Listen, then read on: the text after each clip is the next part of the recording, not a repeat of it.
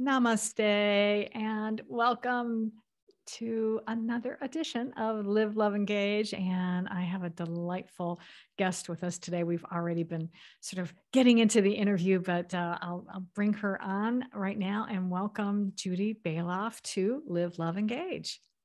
Happy to be here. Was looking forward to it for a long time. Yeah, well, I'm excited, especially as I said, we've been already before all of you got to watch and listen.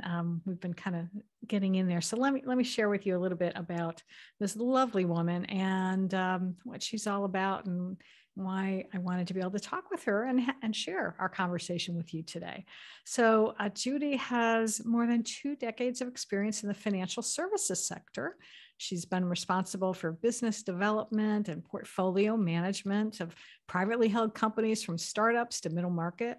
She's also been a senior private banker with Wells Fargo Wealth Management and did retirement planning at New York Life. And in 2021, she published her first book called 365 Days of Abundance. And I think she even has another one coming up too, which we're going to talk about in a second. But I thought, let's start our interview right there with what prompted you to write this initial book that you came up with.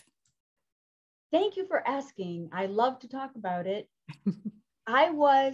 Because of my career in the insurance business, I got introduced through the women's market at my company to a course we could take with Bob Proctor. It was called Principles of Prosperity. And I don't know about you, but when I was a young banker, I was probably 35, I read Think and Grow Rich by Napoleon Hill because I was a young mother trying to pay for braces and bikes and, summer camp. And I thought, Think and Grow Rich. I want to be rich. Like that would really help. So I read the book, and at the end of it, I was not rich. And so I put it on the shelf and I think the copy got donated or something, never saw it again.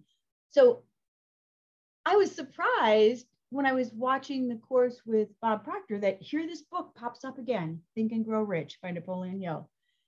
And Bob's suggestion, and I think all of us could take a little kernel from this and use it in our own lives. He said, watch each lesson. So it was covering the 13 principles of that book, which that's what there are. He said, watch every video. They were like 25 or 30 minutes long. Watch every video about that principle every morning for a week. So it takes you, 3 months to get through the whole thing. Right. But what that did is you picked up something new every time you listened to it. And what I found in it was this once in a while oblique reference to the universal laws. That caused me to start research. I asked my study group at my company, I said, have any of you heard of the universal laws? And nobody had. They said, nah. Well, I mean, kind of, sort of, but not really. So I said, I'm going to look up what they are. So I looked them up and typed them up in a neat little list for my whole study group. And they all said, oh yeah, thank you. But it had really piqued my interest. I had this hunger to know what they were, where they came from, why they're important. And as I did that study through 2020, remember COVID happened March 13th, 2020. And so I was working from my home office. And so every time I had spare time, I got books started stacking up around me on the floor. Do you ever do that? Like stacking on the floor because there's no room on the shelves. And I was totally amazed. I couldn't believe what I was reading. I kept seeing references back to the Holy Scriptures or back to the 13 principles that Napoleon Hill, like what you find is everything is beautifully connected in this spiritual, mysterious way, which is so marvelous. It can keep you full of gratitude every day. So I got up on January 7th of 2021. And I said to my husband, because I'm the early riser and he was kind of watching the news in bed, like waiting to get up. And I said, David, I just got this idea. I want to keep these principles and universal laws in my head and heart every day. Somebody should write a book that has a daily, like you could keep up with yourself. Right. And then of course I walked downstairs to get breakfast and I had this little voice say, you could write the book. I love it when those voices talk to us. That's how my book came about. You should write a book about love. It's like, huh? I don't know. So I called my daughter in Spain, who's an editor, that by career, that's what she is. Oh, nice. And I said, so Taylor, if I wanted to write this, I got this idea. And I had told her about being in the Bob Proctor class and stuff. So it wasn't new information to her. I said, this is the book I want to write. I already have the formula. I know what it's going to look like, yada, yada, yada. And she said, well, if you want to finish in time for Christmas sales, you would need to write 3 posts a day, every day. So at that point, I was full-time at my company. I was trying to make a really high level to get to go on this big fancy trip that they canceled, of course, because of COVID, but whatever. I won the trip. I just didn't get to go. And so I said, okay, so I will get up, and I'm not an early riser. See, when you have a definite purpose, you will do anything to accomplish it. Mm-hmm. Anything, you really will. Oh, yeah. And I got up at 5:30 every morning, even on vacation, in this beautiful resort, went out on the porch of David was sound asleep. I'd set the alarm for 5:30, get up and write on my computer for 2 hours until I got my 3 posts done. So that's how the book came to be born. And it's such a good book. I read it every day. I love that. I love that. And yeah, it is interesting. All of these principles, and we were talking before we got on how it seems to, they're all, well, and you pointed out they're all connected, and they all do. You know, Napoleon Hill has an idea, but then there's foundations for this in the Bible. And in fact, I actually took a course one time at a Unity church that was called Prosperity for You. And it was really dealing with all of the different times in the Bible where they talk about abundance and things like that. Mm-hmm. So tell me a little bit though, because and I know one of the things we wanted to talk about were these 7 P's to control your thoughts. And I think that's in now you decided to write a companion guide or something. So tell me a little bit about that. And this is actually a book by request. Many of the podcasters that interviewed me, and we discussed the 7 P's to control your thoughts. And here's why it's so important. There was a survey done in the early 40s asking 1,000 people if they thought every day. They said, yes, they thought every day. The second question of the survey was, what do you think about? 95% of them did not have an answer. Oh, wow. So this is what the survey said. They said, if you think every day, you will be like a giraffe in a field of mice. You'll be so rare. That's quite a picture if you think of it. It is, yeah. A giraffe in a field of mice. I had to think about it like for 2 seconds before I got it. I was like, I'm not sure I get that. But now that I understand it, and the reason that's true is because 98% of us really live on autopilot every day. Yeah. We do the same things every day. And it's not, I mean, paradigms are good and bad. There's good paradigms. You know how you drive someplace and you don't know how you got there? Right. What's a paradigm that your brain built to save you mental energy and just get you there safely? There are also bad paradigms, like how we react to stressful, sad, depressing, irritating situations, to people that we don't like or we don't feel like us. Like we have autopilot set up. There's paradigms for everything. Yeah. And some of the work you do when you start studying these principles is you start examining your own paradigms and doing the work on them. And that's how I developed the 7 steps. And as I talked about on podcasts, podcasters would say, are you going to put that in a book or something? I would love to use that with my kids. Because think of when we're raising children, how hard it is to teach them to control their temper, or to not bicker, or to be nice to the kid at school they don't like. Right. These are character qualities that we as parents need and want to pass on to our children and the next generation. So I called my daughter and I said, again, my editor daughter, I said, what's the shortest book you can write? Because I knew the 7 principles wouldn't be a 400-page book like 365. Right. And she said, you have to do 28 pages, Mom. She said, so type it up. And she said, if we need to put quotes or fillers or something to get you to 28, we actually got to 32. It worked out well. And there's space in the book to like do some of the homework. There's writing spaces. You can do some of the homework. So the book was really specifically written for the podcast men and women who said, if you ever put that in a form where I could use it with my kids, tell me about it. I'll buy it. Wow. So that's why I did it. Awesome. But I'm suspecting that it's not just because people might think, oh, well, this is just a book for kids, but I'm thinking that not at all, right? Have you ever been in heavy traffic and seen road rage? Mm-hmm. It's pretty scary when you see somebody jump out of their car and run over the next car and start screaming at them, and you're the car behind and you're like, please don't pull out a gun and shoot somebody. I don't want to be here for that. It's a self-control is a really, really, I mean, our parents called it self-control. I call it now thought control. Because we are not really living, we shouldn't be living by our emotions. We are, but we shouldn't be. My son is an Army vet.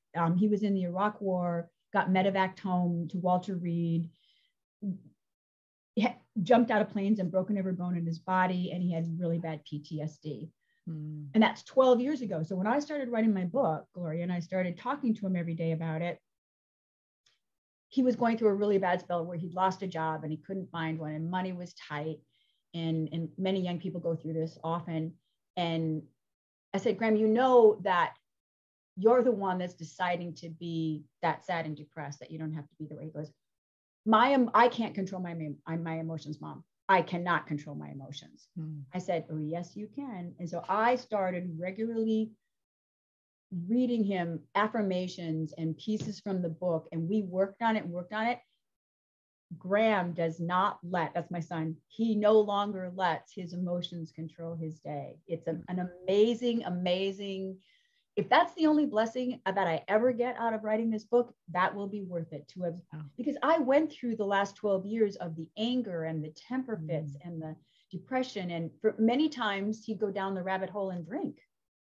Now he's sober now, so that's not his solution anymore, but he still was letting his emotions run his day, which many of us do. Yeah.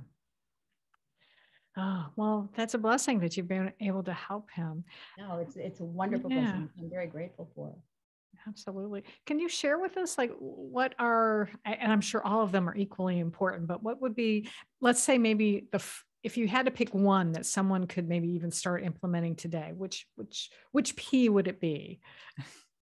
If you would indulge me, if I can go through them quickly so you'd understand where the one we would talk about would be. Sure. Yeah. So I tell people to use this, try using it first in a stressful situation that's like bad traffic, something not high on the level of things that you don't want to screw up, right?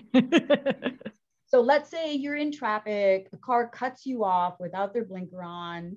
Your normal reaction would be to pound the steering wheel to like go, oh, can you not use your turn signal? I can't believe, and if you're a person that swears, you'd probably say a few cuss words on the way. Right.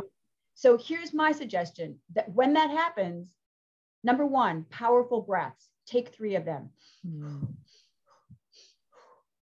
That activates your parasympathetic nervous system, which is going to calm you down a little bit. If that doesn't work, I don't have it on my wrist today. I usually wear a rubber band whenever I'm on a podcast, because when I was teaching myself to get off autopilot, I wore a rubber band on my wrist and I snapped it whenever my thoughts went the wrong way. So if you're in the car, pull the rubber band. Second P.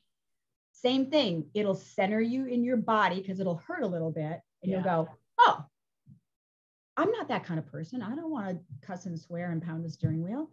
That'll just stress me out. Number 3, prayer. There are no atheists in foxholes. But if you're not a person of faith, you just believe in talking to the universe, you can still do that. Help me have a sense of humor. Help me see the other drivers. Help me to be calm. And if that doesn't work, patience. Count to 10 really fast. 1, 2, 3, 4, 5, 6, 7, 8, 9, 10. All 3 of these can be done in less than 5 seconds. The big ones, the last 3, are the ones you work on. You can start the question you asked, the ones you can start working on now. Number 5 is positive mental attitude. Napoleon Hill actually told us that he believed a positive mental attitude was the number 1 character quality to bring you success in life. He didn't even say happiness, he said success. Yeah. That's pretty interesting. And what can you do to develop a positive mental attitude? You can read Judy's book. You can read the Bible. Right. You can start a gratitude journal. Mm-hmm. All of these things rewire you to be a positive person, to look at, and learning the universal laws will really help you be positive, because the universal law of relativity is a really kicker, like, because it basically says to you, nothing's bad, nothing's good, everything's neutral. Things have meaning because we give them meaning. Mm-hmm. That still blows my mind every time I use it. I know. Number 6 is pattern practice. What pattern practice is rehearsal, literally. So pick 2 or 3 situations where you tend to, maybe it's talking about politics with one of your friends or children or colleagues. Maybe it's traffic. Maybe it's you and your spouse have this same argument over and over and over and over, and it's a trigger for you. So write it down, write down these 3 things, then think about, how would I like to react? What would really make this better? And then rehearse that. When this happens, I'm going to do this. When this happens, I'm going to do this. And the last one is paradigm shifts. Now, this is actually gigantic, and it's going to take time. It took me a while, and I was working with my mastermind group, which is also a principle in Think and Grow Rich. I was working with my mastermind group, and we were helping each other identify our paradigms, because some of our paradigms can be, many of us who grew up in Christian homes have really difficult paradigms about money we need to let go of. I mean, did your father say this? My dad said, money doesn't grow on trees. Oh, yeah. Or he said, turn that light off. I'm not made of money. Like, right, everything was about a lack. Yeah. It wasn't about abundance. That's a paradigm. And we don't think it's affecting it, but it is if we don't shift that paradigm to being one that serves us instead of hurts us. Right. So that's a quick going over of the 7 P's. And obviously the quickie little book has them expanded and some examples there and some places to do some work on it. I like that. So why should listeners do what you're suggesting? What do you think is the real ultimate benefit of doing this? The ultimate benefit is to live a life of peace and abundance. It's why I named the book what I did. When I was in the 4th month of writing every morning at 5:30 in the morning, I was sitting at the desk, and all of a sudden this feeling flooded my body. And I said, I don't even care if I make a lot of money doing this. I am so happy. That is the definition of abundance. To be that happy, to be totally satisfied with where you are at this moment. And it's also learning these principles and applying them to your life means that you're going to live today, not yesterday, not tomorrow. And it's free. It's just makes you free, free from worry, free from stress. I just moved 18,000 pounds of furniture to another town 600 miles away. I wasn't stressed a bit. I got blisters and my feet hurt so badly, but I was not stressed. I didn't worry about, and go back to the law of one of the universal laws is the law of attraction. Well, the law of attraction, Gloria, and you can actually find verses in the Bible that actually say this very thing, is dependent on the law of vibration. So similar to a radio station, we're on a frequency every day. Yeah. So if you're in the car traveling on a trip and you want the country station, you can't tune it to the rock and roll station. You have to be on whatever the country station is. We're the same way. We cannot attract into our life the right buyer for our house, the right mate for our life, the right health for our bodies, unless we're living on that frequency. So vibration is more important than attraction. If you're on that vibration, you will attract what you need in your life. No more, no less. So that principle goes with the law of giving and receiving. And the law of giving and receiving says, you will not have anything in your life that you have not already given away. And we should think of that, because sometimes we're like, should I donate there? Yes, give away the stuff you don't use. And God will provide. Jehovah Jireh, the Lord will provide.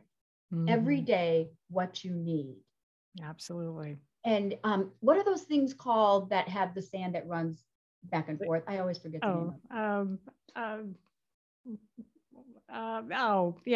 Yeah, because I mean, we use it as a timer, but there is a better word for it too. Yeah. Hourglass. Oh, good job. You get a gold star. I don't know why I always get stuck on that one. An hourglass. So when I was taking that Bob Proctor course, I took a master class with him after that course, and he just died this last January. So I know. A huge loss, but he did write the foreword to my book before he went to the other side. So wonderful. Really wonderful. And he said this, one of the guys in the class, they had a Q&A session at the end. And one of the guys in the class said, I have so many projects. He was kind of like full of himself. I have so many projects and so many important things to do. I don't have enough hours in the day. And Bob Proctor, and I bought one of these in the truck right now, but I have an hourglass that sits on my desk. And whenever I get one of those, can't get this all done, I just take the hourglass. And that's what Bob did, is he took the hourglass and he said, you see this, Mr. Jones? This time hasn't come yet. Can't do anything about that. This time is over. Can't do anything about that. See the neck? See this little neck? That's the only time you have any control of. So do what you need to do in that moment to further your definite chief aim, whatever it is. If you make, and remember, God doesn't have any time. We created time because we're finite human beings and we need structure, right? Yeah. But I don't know what time I will be a famous transformational speaker, but I know I will be.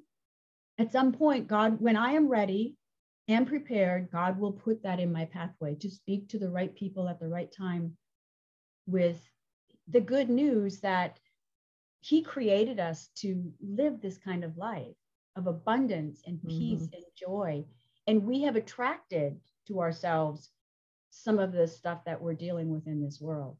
Oh yeah, absolutely. I mean, and it is, right there in the Bible, what you sow is what you reap. I mean, that's like, right there, basic, but they also that we are not, don't worry about, there's another part in the scripture. And there was a song I used to sing in choir that would say, don't worry about tomorrow, because, see the lilies in the field, they don't care, the birds don't care. Everybody, we don't toil or spin, right? Right. Yeah. That's it. Yeah. Yeah. And the time thing too is, as you said, time is an illusion, because I also find that when I am in particular excited about something, and I'm like, oh, I want to get I'm really happy I'm doing this, then you make the time to do it because it's fun. You're enjoying yourself, and time seems to be a little bit more elastic then, and you can get it done. But when you are like stressed and, oh yeah, I've got all these things to do, frankly, I think time moves slower then because you're not in the right vibration. You're too stressed out over it, when you could just relax, focus on one thing at a time, and get it done. Well, and I think tools, I mean, I've always been a person that likes to start with a tool, I developed these steps because I needed these steps. I wanted to change. An example is remember 2020, there was so many family fights about politics because everybody had a different position on all the buildings burning and like, should people be prosecuted, like whatever it was. And my youngest daughter, who's my editor, was visiting me at the time in between their posts because her husband teaches for the American school. And we were in the kitchen, and somehow we got on the subject of everything that was on the news, and we got in a knockdown, drag out. There was tears, shouting, anger, accusation. Our husbands were trying to keep us apart in the room. Wow. And she finally stormed out of the house to stay at a friend's house and didn't come back for a week. I used my 7 Ps, and I did my paradigm was to believe I'm right. I'm standing up for my view. The world has to change. Like I decided I was changing. I'm not in charge of the world. I realized I am not. I know. The only power I have is to vote and pray and give. Yeah. I mean, that's really my new mantra. If somebody says to me, oh, isn't Ukraine horrible? I said, it is. It's just heartbreaking. Like, what are you going to do about it? I give, I pray, and I'll vote because I want to keep a president in office who will take care of countries like that who are fighting for right. But that's the only three things we can do, right? Absolutely. Yeah. Yeah. Anyway, so what I did is I said, that's my daughter. I love her. I want a new paradigm. I want to shift paradigms. And so now the way our relationship works is if we have a point of disagreement, we both state our position and we go away for a few days, bring back our research to say, would you read this? Would you read this? And we might not come to the center, but we have lost the acrimony and the stress and the hurt and the tears and the, why do I want that in my life, right? Why do I want to be fighting with people that I love? So it's such a powerful change. I mean, my life is totally different than it was 2 years ago. And I've always been basically a happy person. Like I haven't been a grouchy person, but I gossiped at the water cooler. I had bosses that I was like, I don't know. I was just like any normal chick, like living through life. I don't do any of that anymore. I don't scream at the people in traffic. I don't gossip about people. I try, and I'm not perfect. Oh, please, please, please don't anybody say, well, she's full of herself. No. I still fail miserably and have to go back and get forgiveness and forgive myself, ask for God's forgiveness and go forward. And, I'll go back to my book. I'll go back to my Bible. I'll find a place where that good word is. Absolutely. And that's what's great about the fact that you have tools, you've got resources. And because, we are humans, we are going to make mistakes, and that's okay, as long as we keep learning from them. It's when we just give up that we have a problem. But if we can just say, okay, what can I do better next time? Let me go, as you say, let me find something in the Bible. Let me go back and practice. And I love what you did with your daughter to be able to come to that, at least a meeting of the minds, even if it's not necessarily going to be in agreement, but at least you can agree to disagree, as I say sometimes, but at least you'll understand each other better. And that's the first step to anything. So that's wonderful. And she moved me, and I actually did move closer. She had me read a book called The Tightrope, which was about a really poor family from Tuscaloosa, Alabama, I think it is. And I didn't realize how many things the government had done over the years to keep prejudice in operation. And so, not that I can change the government, but it was better for me to get an education about some of the stuff I had paid no attention to. And sometimes Gloria, when we're in the church, we kind of get ourselves in a bubble. Mm-hmm. Oh yeah. And poking the bubble and swimming outside is actually really good for us, so that we're never going to bring people to the side of God and his son if we aren't out there talking to people. Yeah. We're not going to do it by staying in the bubble. So it's really important. That's cool. Is there anything else that I should have asked you about that I haven't, that you think would be maybe any other important point you want to leave our audience with before we end today? Actually, yes. I think many people who listen to podcasts, they're letting their thoughts run wild while the person's talking, saying, oh, she's different. She survived open heart surgery and 5 strokes, but it was just a happenstance. And so now she talks about it. No. The statistics on people having open heart surgery at my age at 64 and having 5 strokes and going back to work and having a fabulous career and making $500,000 from 64 to 69, that's not what usually happens. But I'm not special. I just used these tools, God's word, study the people that studied having better thoughts. There's a whole bunch of people you can study: Joseph Murphy, Francis Scovel Shinn, Bob Proctor, Ralph Waldo Trine, Napoleon Hill. Napoleon Hill Foundation publishes 20 or 30 books with all the other papers they found of Napoleon Hill's after he died. Read good things. Like, I love a novel sometimes too, and I love a good movie, but Bob Proctor left this kernel for me. I consider him one of my mentors. And he said, every single day of my life for 60 years, I get up and I have and everybody has to have their own morning routine.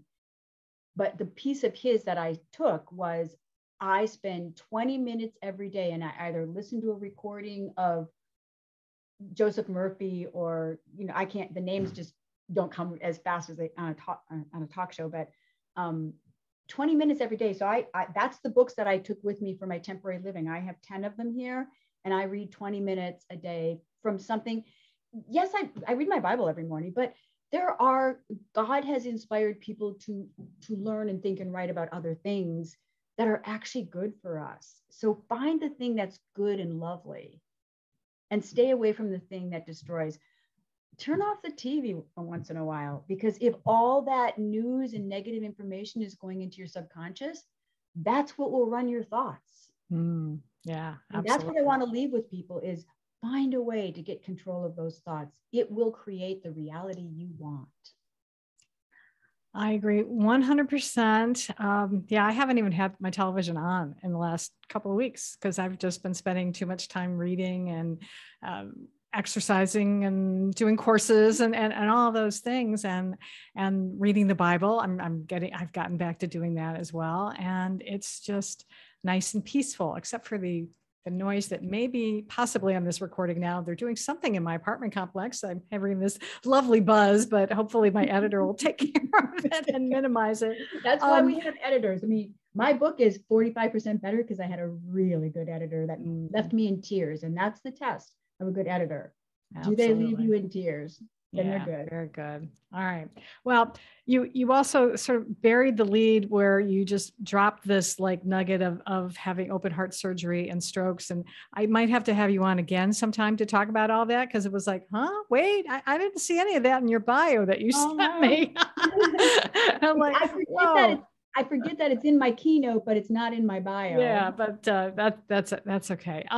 If someone wants to be able to, get your books or just maybe book you for a keynote, where's the best place for people to get in touch with you? It's so easy. www.judy, Judy Balloff, BALLOFF.com. Perfect. I love it. Awesome. You can even buy the book on there. There's one of those little buttons you click and says go to Amazon, and you can even buy the book, both of them there. Excellent. Well, I will be sure to have that in the show notes for those of you who are maybe listening to this while you're driving, or maybe you're jogging somewhere and you don't have a pen handy. You just go to liveloveengagepodcast.com and you'll be able to get all that information later on. So thank you so much for being with us today, Judy. It was I knew it was going to be good, and you proved me right, which is lovely. So I appreciate that. Thank you for the invitation. Have a blessed day. Oh, thank you. And I want to thank all of you as well out there for listening and for watching. And if you enjoyed today's episode as much as I did, I hope you'll tell a friend about it and share the podcast with someone else. And until next time, as always, I encourage you to go out and live fully, love deeply, and engage authentically.